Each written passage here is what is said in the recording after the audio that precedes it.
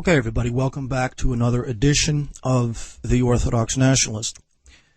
The man who we're going to deal with tonight is probably, whether you agree with him or not, probably the single most interesting philosopher in Russia and Eastern Europe, and quite possibly the most interesting philosopher of all time.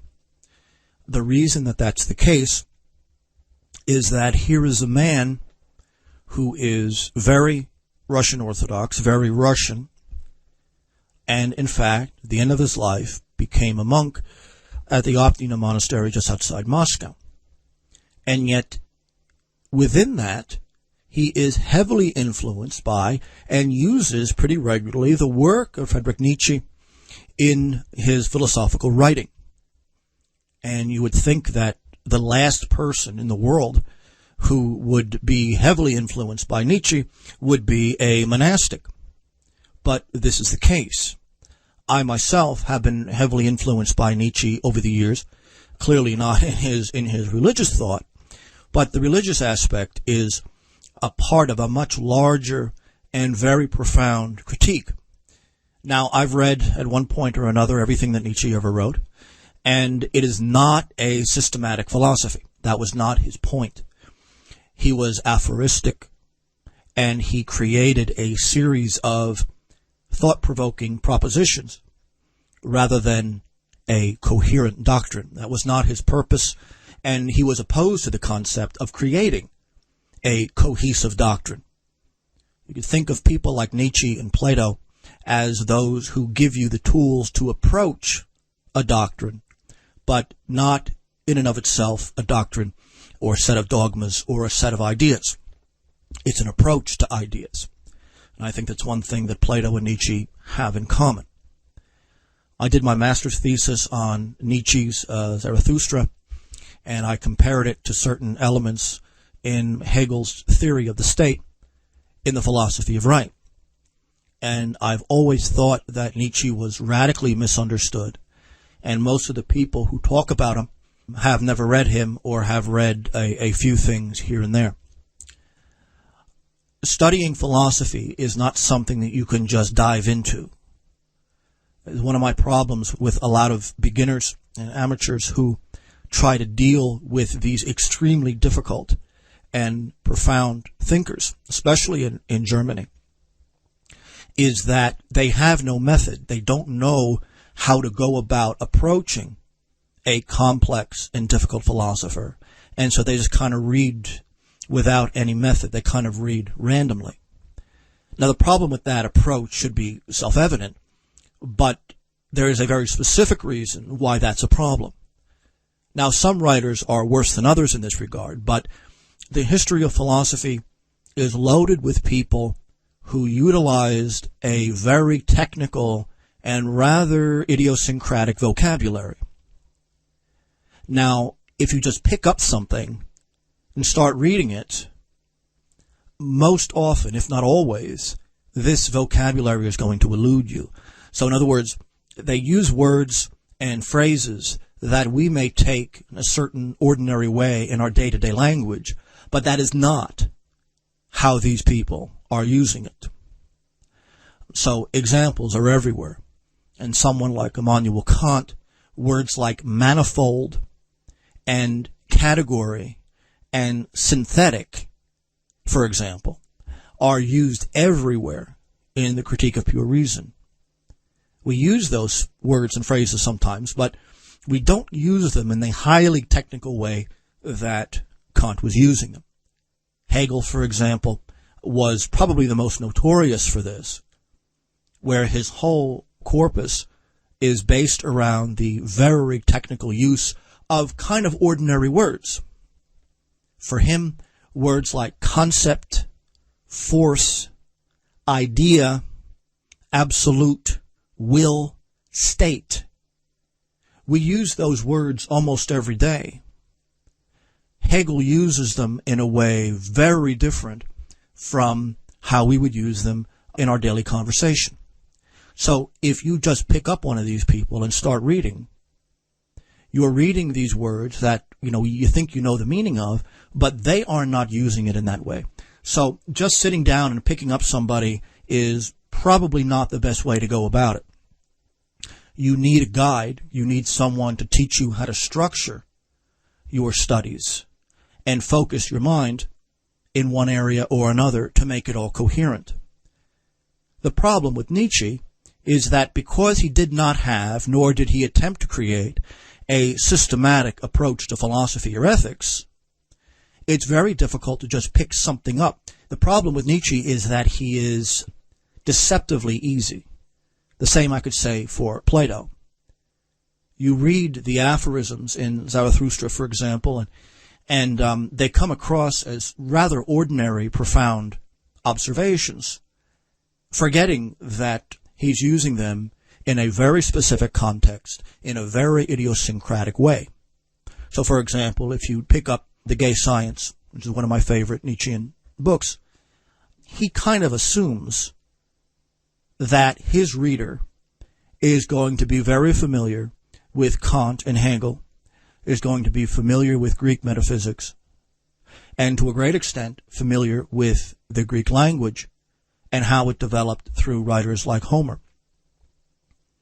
Nietzsche's doctoral degree is in classical philology, the study of languages, study of classical languages. So he assumes that his readers are going to have some background in this area. And so he's referring to specific concepts in The Gay Science, for example, that are directly derived from Kant. He might not necessarily alert you of that. And so he's writing as a part of a community of critique of all of that Kant had provoked in the 19th century. And you will not understand the fullness of what he's trying to say because he's part of that stream, that community of thought, and finding his place within it.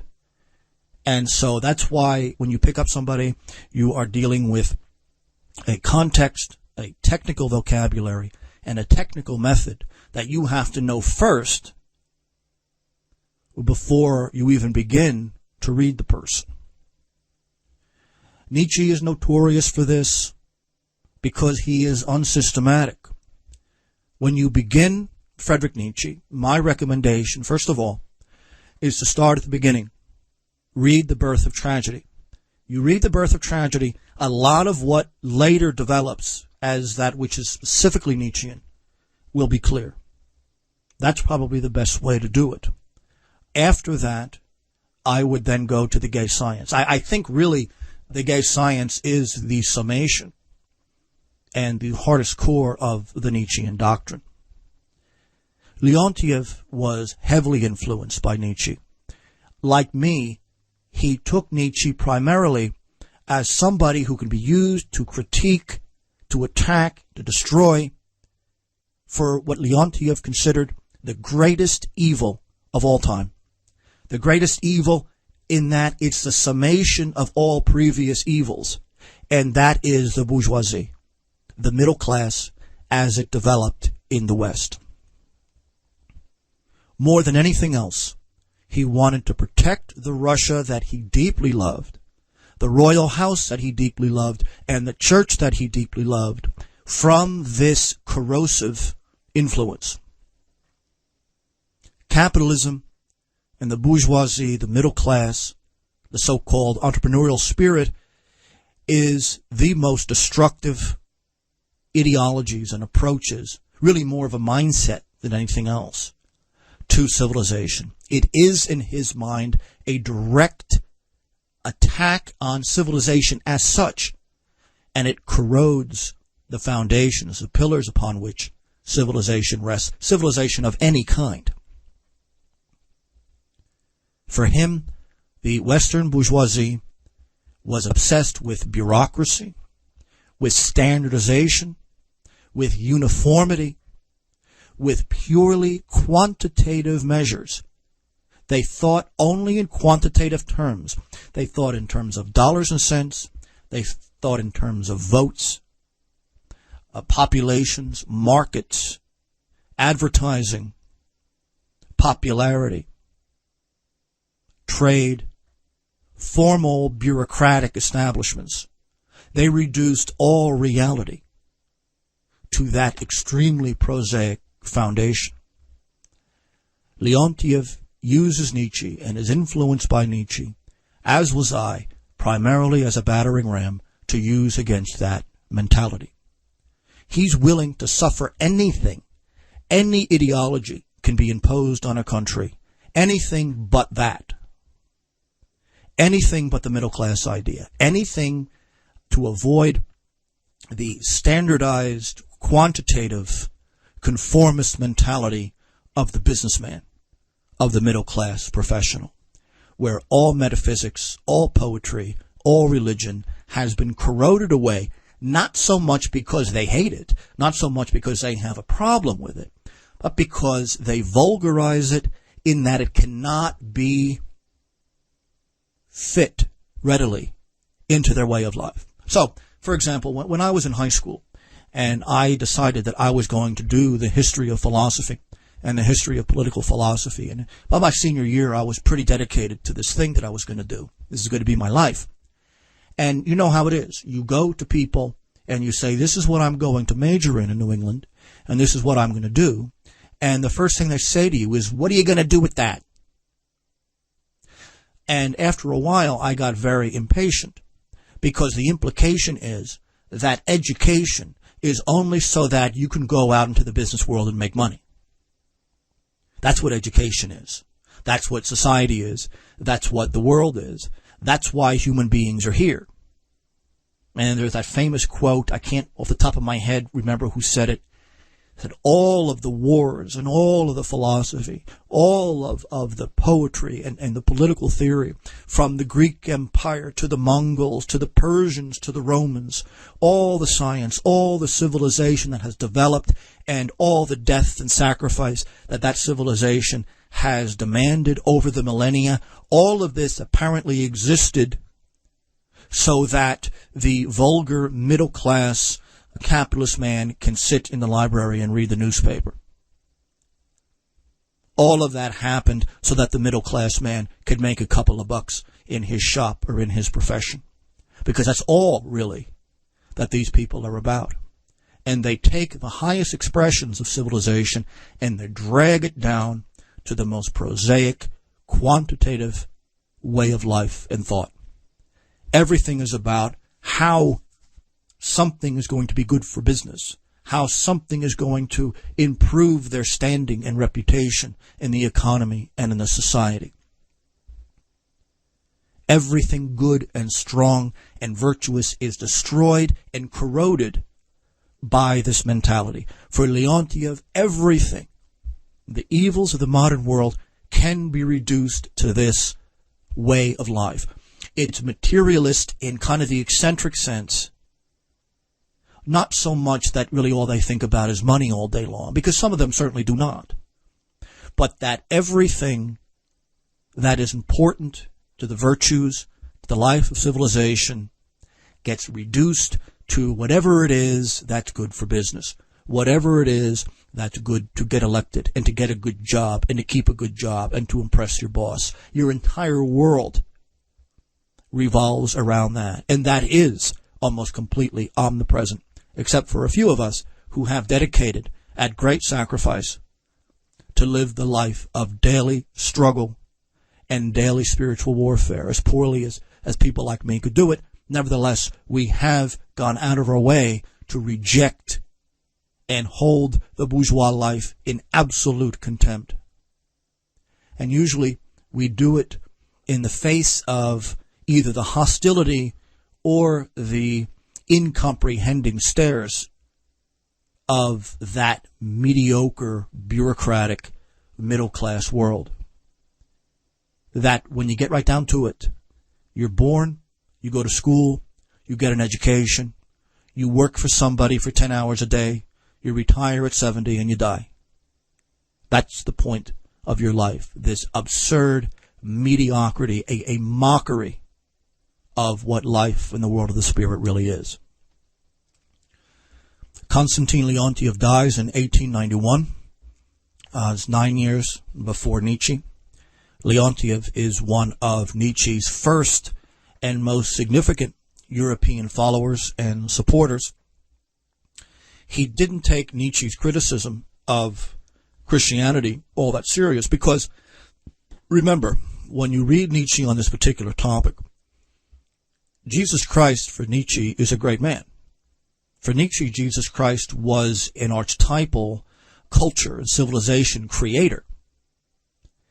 His problem wasn't with Christ. His problem was with his followers. He says the same thing about science. He says it's one thing to venerate the memory of the great scientific minds, your Keplers and your Galens and your Hippocrates, your Bacons and all of these major figures. These are culture creators. These are men who destroyed what came before and slowly began to build something that was new. They were revolutionaries in the most useful and humane sense of the word. But that's different from a man of science. The man of science is some bureaucrat who works for a salary in a laboratory and does what he's told. And he works for 8 hours a day, and then he retires at 65, and then he waits to die. This is what he does. He's not a thinker. He's just a bureaucrat. He does what he's told. And it's the same thing in Nietzsche's relation. Christ to him was a great critic, a great prophet. He was a man of tremendous moral ability. The problem is, and you see this with writers like Nikolayevich and many others, that no matter how great a founder of a school is, a school always ends up being some bureaucratic mediocrity.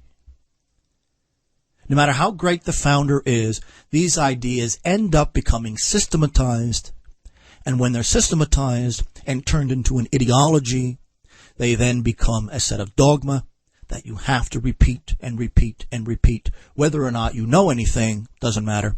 So long as you repeat the right slogans, it becomes a bureaucratized, mediocre approach to the world, and you accept it because you want to fit in, and you want to get a good job, and you want to be able to retire and not have to worry about anything. That's why you repeat it. I know, and I've said this before, many academics in the fields that I've taught at the university in philosophy, political science, and history, these academics that accept liberalism and this diversity nonsense and secularism and materialism and atheism and all this stuff, they accept it not because they truly believe it or because they care, but this is how you get tenure. And these people, had they become a plumber or an electrician, would be probably normal conservative types. But because they're in academia, they spout the slogans because they don't want the conflict. And, you get hired and promoted in academia for one reason. Not because you're good, not because you're a good teacher. In fact, good teachers are a threat. No, it's somebody who can fit into the department bureaucracy and the bureaucracy of the institution as a whole. No matter how good you are, if you rock the boat, you are in trouble. It's not about the truth. It's not about criticism. It's not even about the open exchange of ideas. It's a warm body going into a classroom, following the curriculum, and then going home. That's what it's about. But no matter how exalted they may speak of themselves, whether it be in religion or in science or in the academy or in anything else, no matter how exalted they may view their mission to be, ultimately the overwhelming majority of their movement ends up being very mediocre bureaucrats who spout the line and collect their paychecks. This, Leontiev says, is unique to modernity. It is the creation of the modern world because the applied science and technology demands uniformity. If you make a machine, you have to make spare parts. Those spare parts have to be able to be installed and work identically as the part that it's replacing. The modern technocratic mind is one that is absolutely quantitative and mediocre. Your role is to act as the cog in the wheel of the machine. A machine is dead. It is inorganic. It is a pathetic and pale imitation of creation, of the organic system of the world. And they're trying to replace it with the machine. And ultimately what they do is to turn individuals into machines, into the standardized mechanism of the bureaucratic organization. This, for Leontiev, and I do agree with him, is specifically unique to the modern world because technocracy is specifically unique to the modern world. Standardization, uniformity, and mediocrity. Regardless of the brilliance of the founders of this way of life, that's what happens when their ideas become bureaucratized. Now, that's the negative side. The positive side of Leontiev is struggling, and he does believe that this is a rearguard action, even in a society as traditional and royalist and agrarian as Russia. So could you imagine if he were living in America in 2012, what he would say? He's complaining about this stuff at the end of 19th century Russia, of all places. The main concept that motivates everything that Leontiev does is beauty. Beauty with a capital B. And I mean that specifically because when you capitalize a word like that, beauty or truth, you're referring to a Platonic form. You're referring to beauty with a capital B that collects the qualities of every specific thing in the world that's beautiful and takes what all of them have in common and abstracts it into the ultimate essence of what beauty is. That's what we mean when we say truth with a capital T or goodness with a capital G. It is the form, it is the essence of all the specific manifestations of a beautiful thing or a good act. That is the ultimate aspect, essence of all reality and our purpose in this earth. His concept of science is that, of course, science is destructive because it demands that everything that it looks at and analyzed be standardized and reduced to numbers and equations. And he looks at nature and he says, well, it's true that there's an aspect of reality that can be measured that way. That does not exhaust the whole of reality. And yet scientific practitioners in his day have become such mechanized bureaucrats in their approach to things that they can't see nature as anything but just one big machine. They can't look at nature as an organism. They cannot. Their method assumes that nature is a machine, and there is absolutely nothing that an organism and a mechanism have in common. They're two completely different methods of understanding reality, and yet the great French writers like Leontiev and others, he wrote The Human Machine. Everything in the world, whether it be the oceans or the brain or mankind or civilization, all of this can be understood only by reducing it to the level of simple quantitative cause and effect. Everything is at the level of the machine, and they have the audacity to say that anything that is not reducible to a machine does not exist, or is a figment of your imagination, or it's a superstition. This is your classic positivist approach to the world, and it is absolutely destructive in a way that no revolutionary government could ever be. A revolutionary government can produce someone like Solzhenitsyn, who spent much of his life attacking this point of view. No, the bourgeois bureaucratic takeover reduces even the very concept and the possibility of producing someone like a Solzhenitsyn. The fact is that mentality is absolutely mysterious to the modern man, because the only thing that the modern man knows is numbers, quantity, and mechanism. Okay, I'm going to stop now. We're going to take a short break. When we come back, we're going to get deep, or as deep as possible, into the positive doctrine of Konstantin Leontiev. Okay, everyone, welcome back to the Orthodox Nationalist. Tonight we are talking about the philosophy and the concept of the philosophy of history and civilization in the mind of Konstantin Leontiev. As an aside, many of you may have noticed that on my program page here at the Voice of Reason, I have added a donation button to put donations into my PayPal account. Those of you who know me know how much I hate money. I hate thinking about money. I hate having to ask for money. I hate talking about money. I hate what money does to people. I hate what money forces people to do that they would never do normally.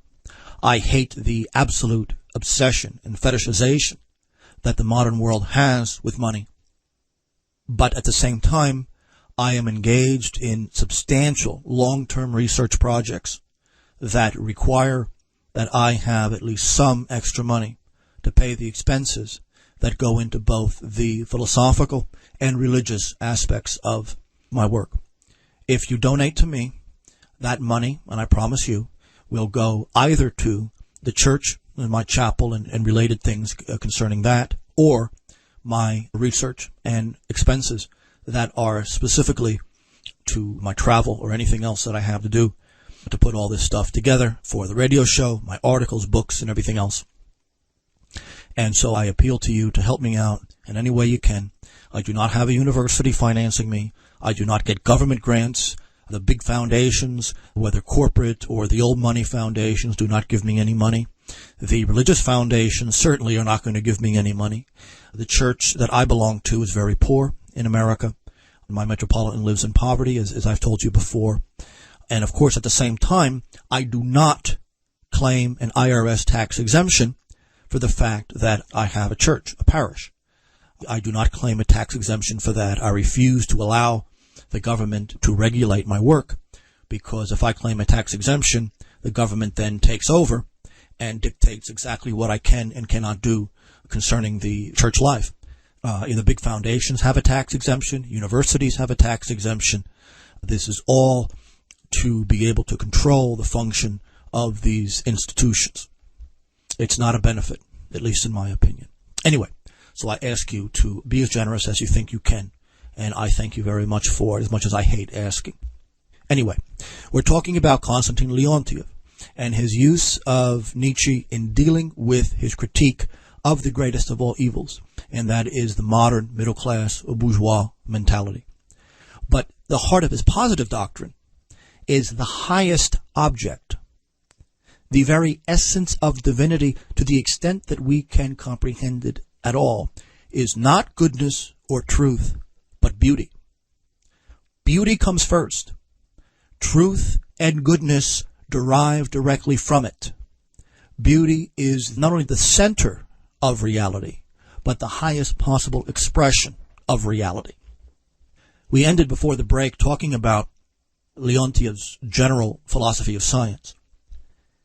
And one of the things that lies at the center here is that each object, each organism coming into existence has to follow according to its DNA and all the other chemical structures that dictate how an organism is to flourish. Apart from that, every organism seeks to manifest itself as uniquely as possible within its basic chemical structure.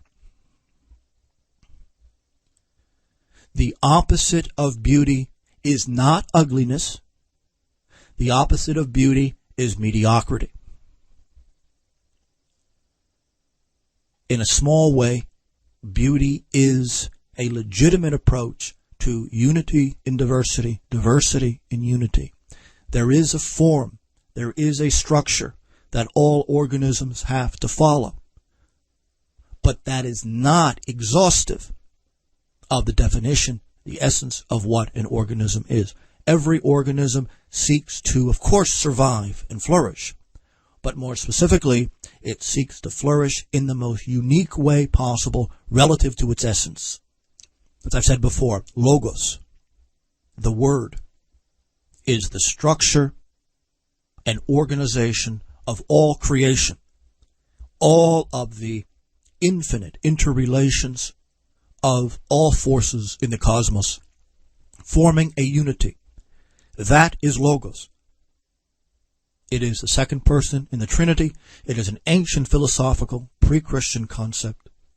It is the center of all the ancient perennial wisdom, no matter what part of the planet you're on. Some approach to Logos as that rational center, the reason that is present in all things. That is the unity. How the different aspects of this organism function and flourish, that is the diversity. Both have to function at the same time. The greatest height of civilization is the maximum level of unity with the maximum level of diversity. Put differently, it's the maximum flourishing of diverse elements in a society, but that being accomplished within the greatest level of unity of purpose. In other words, even more differently than that, the concept is unity does not and never can imply sameness. Unity is not uniformity. In fact, diversity has no purpose unless it is unified. Unless diverse phenomenon, whether it be in philosophy or in science, the only reason that we should care at all is that there is this inner logic that holds it all together. Our appreciation of beauty, though, is pristine. It's primordial. It's emotional and instinctive. Our appreciation of beauty goes straight to the heart of our personhood. That is what attracts us. Logos manifests itself in the diversity and flowering of nature. We all, no matter what our general point of view is, we all see and experience the beauty in that. That is how Leontiev settles the ancient philosophical problem of the one and the many. Modern progress in his mind is totally quantitative. You can have an explosion of some of the most extraordinary technological inventions and developments that mankind 100 years ago could never even dream of, and that could occur at the same time with a complete and total moral decay and moral collapse. For him, the empirical positivist approach to science has a tendency to oversimplify reality, because these guys want to reduce everything to something easily predicted, easily understood, easily communicated, and the best way to do that is to reduce everything to numbers and formula, as if that's the only important aspect of objects in the world. And this is what he means when he says that reality in our fallen world is tragic. It's inherently tragic. It's inherently tragic because no matter what we do, the mediocre followers and bureaucrats and those who can't think outside of their little bureaucratic cubicle always have a tendency to take over. The great founders of science and philosophy and civilization, these are very few. Overwhelmingly, we are surrounded by a herd that does not have reason, does not understand it. They simply react to what they perceive the basic majority believes at any given time, in one form or another, anyway. Civilizations are part of this flowering. Civilizations and different ethnic groups and languages, for him, it's part of the flowering of Logos. The way that the internal reason and rationality inherent in all things, which is the presence of Christ himself as Logos, as the Gospel of John refers to him. It's manifested in all things, but how it's manifested is very different in different cases. And one of the highest examples of this is differences in ethnic, racial, and civilizational tradition. They all follow a general pattern in the sense that all societies need the same kind of things to survive. You know, they need a government and literature and a language and stuff like that. But that's just formal. The content of that is what's extraordinary. Development of life for him is from the most simple to the most complex. Like a lot of people like Nikolayevich and others, he sees this threefold approach to all objects, especially human. We start off as an unreflective unity, the most primitive unity of the tribe. There's no real reason or logic that analyzes why they do what they do. They simply do it. But then that gets challenged. It starts to fall apart. The scientific method, so to speak, comes into existence that takes each piece of that tradition and analyzes it. And before you know it, there's no real reason to follow it. It falls apart. Chaos and death come from it. But it's not the end. What happens is that the tradition of the people is not destroyed. It is purified. It is put back together, but this time, logically and rationally, for a real, understandable, and expressible purpose. That's how our human life in society should go. Childhood, adolescence and rebellion, and then finally, settling in our adulthood.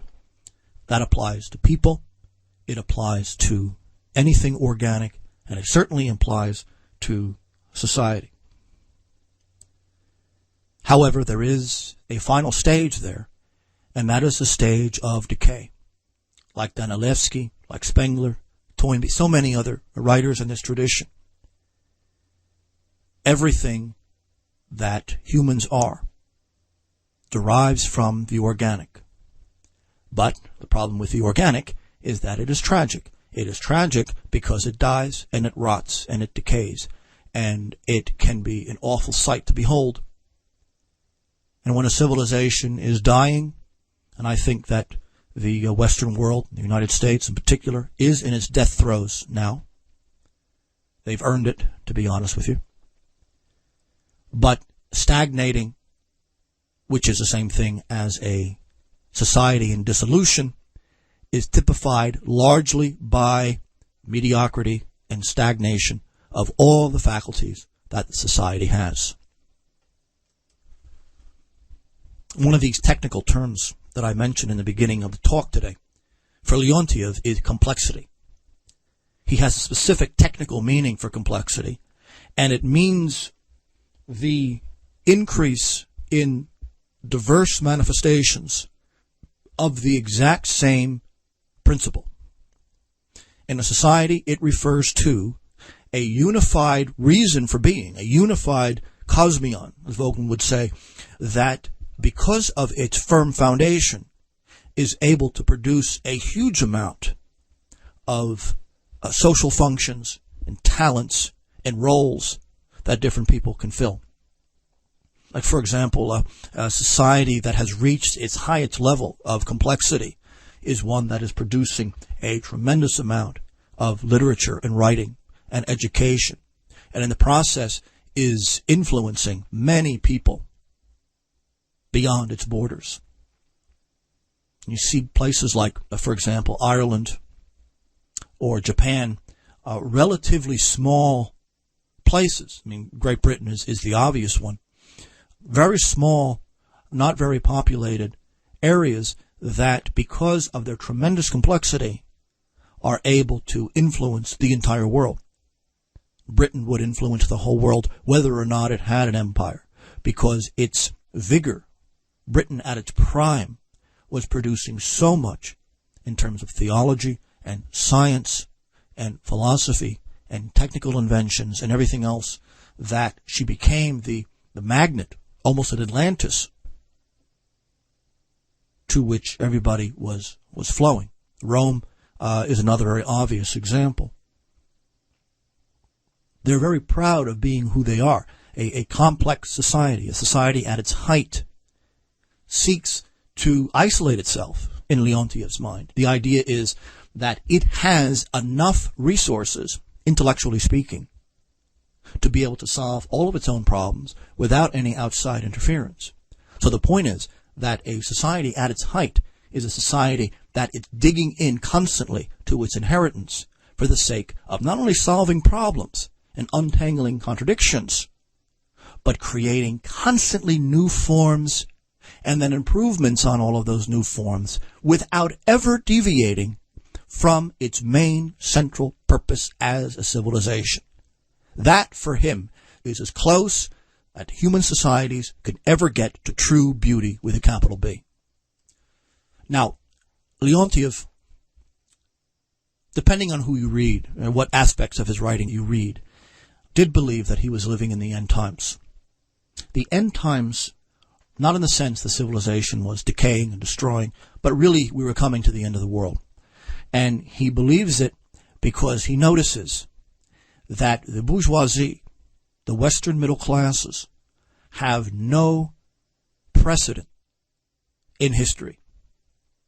The idea is, if that mentality wins and takes over everywhere, there can be no regeneration, because the whole bureaucratic mentality of the bourgeoisie is that the whole thought process and the virtues of revitalization are destroyed. If the bourgeoisie will win, there can be no civilization. There isn't the mentality. The raw material don't exist to rebuild. It is the end for man. You can't go beyond the bourgeoisie, because if they take over and dominate all of the thought forms that we use in our day-to-day life, there will be no rebellion, because they've taken away the whole vocabulary of rebellion. And he sees this in a panic, because it's not just that this occurs in Western Europe and in America. He sees that in British colonialism, they're spreading this mentality everywhere. This is unprecedented. Virtue is a thing of the past, because this colonial globalist agenda is based entirely on the world of banking and interest and profit. It will reduce even the most brilliant person to somebody counting coins. All virtues are placed into that context. And so he calls the bourgeoisie, quote, the universal instrument of global destruction, end quote. The idea is virtue can't be conceived in bourgeois terms, and therefore the vocabulary to rebel against them is slowly being taken away. From a political point of view, what is he talking about? He sees the salvation of Russia in the history of Byzantium. He believes that Byzantium, Constantinople, the New Rome, as we call it, is based around the idea of a strong state authority, a strong sense of social coherence and nationalism, a very strict moral code, and, as is the center of his economics, strong distributivism. He holds that private property is great so long as it is spread to as many individuals as possible, to give man this independence that he requires to build his self-image. This is something that Hegel took very seriously in his philosophy of right. Property, small landed property for families and communes and things, is absolutely necessary because it provides a buffer. It's a declaration of independence so that that group of people can then flourish in their own way. Jefferson said the same thing. Without landed property or some kind of property that a family or a person owns, you cannot be free. You cannot be free if you are dependent on others for your livelihood. The concept is that the bourgeois mind in Leontiev creates these relations of dependence, that you have to go and serve your boss and the stockholders and government officials. You have to serve them or you can't function in society. And then they turn around and they call this freedom. That's what they call it. And Leontiev is talking a lot like Orwell long before Orwell began to write. But the Byzantine vision the Roman vision: strong state, social coherence, strict morals, and a distribution, a wide distribution of private property. Those are four things that no civilization can function without. When one of those four things or more begins to decay, the end is coming. He also believes, especially in Russia, but I guess anywhere, that peasant property should be non-alienable. It cannot be sold. It's something that is a close part of the family honor. It's a case in the Old Testament, the Mosaic Law. The extended family is the main social group. It has its allotted land that the extended family owns. Every 7 years, all the debts are canceled. Slaves are set free. And then in the Jubilee years, all aspects of that original family landholding and capital that have been alienated in the meantime return to that same extended family. The Jubilee is central to the Old Testament mission and the Orthodox Church, which alone is the guardian of that tradition. You cannot have a Christian morality without the idea of this Mosaic land code. And so Leontiev sees that particular, however, completely ignored aspect of the Old Testament law, which Christians don't even think about. And that's the basis of the Old Testament economics, and it's the reason, in my opinion, why no one reads the prophets anymore. He holds, though, that social inequality is the normal state of affairs, but that inequality doesn't necessarily have to do with inequality of income or land. No, the inequality that he thinks is normal is about talent, ability, and discipline. Everyone should have the same amount to begin, so that everyone has a fair chance. He does believe in a very strict social equality when it comes to economics, but is a complete aristocrat and Nietzschean when it comes to their abilities, their discipline, their creativity. He is very pessimistic about the future of Russia. He's pessimistic about the future of Europe. He believes that the evidence is that the world has largely been forsaken. He predicted, believe it or not, the end of history concept, that the Republican, democratic, modern capitalist democracies will begin claiming that they have solved all problems, or at least the ability to solve all problems is present. There's no further progress in the moral and political realm, and therefore the end of history is here. That is being said. That is assumed by both major parties in Congress or in Parliament in Britain. It's the exact same, and then that's why they can justify the attacks on all countries that happen to disagree with that point of view and impose their rather eccentric brand of liberal democracy on everyone, because this is the aim of history. The aim of history in both the neoconservative and in the neoliberal movements throughout the Western world is liberal democracy and capitalism. That is it. That is the purpose of history.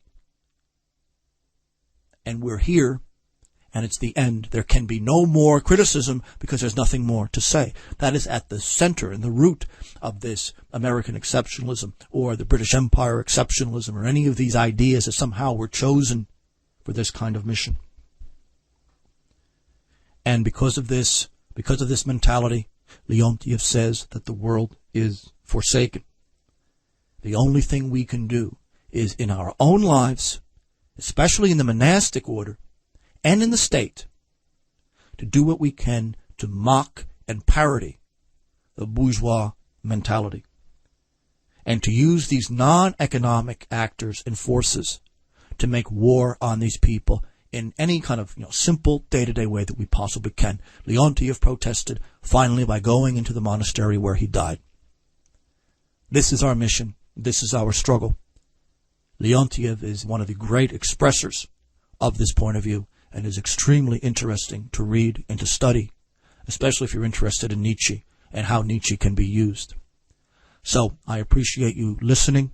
I think that this has been one of my better shows. I think Leontiev is someone who really deserves more attention than he gets. I ask of you, please, to donate if you can. I desperately need the money for my work.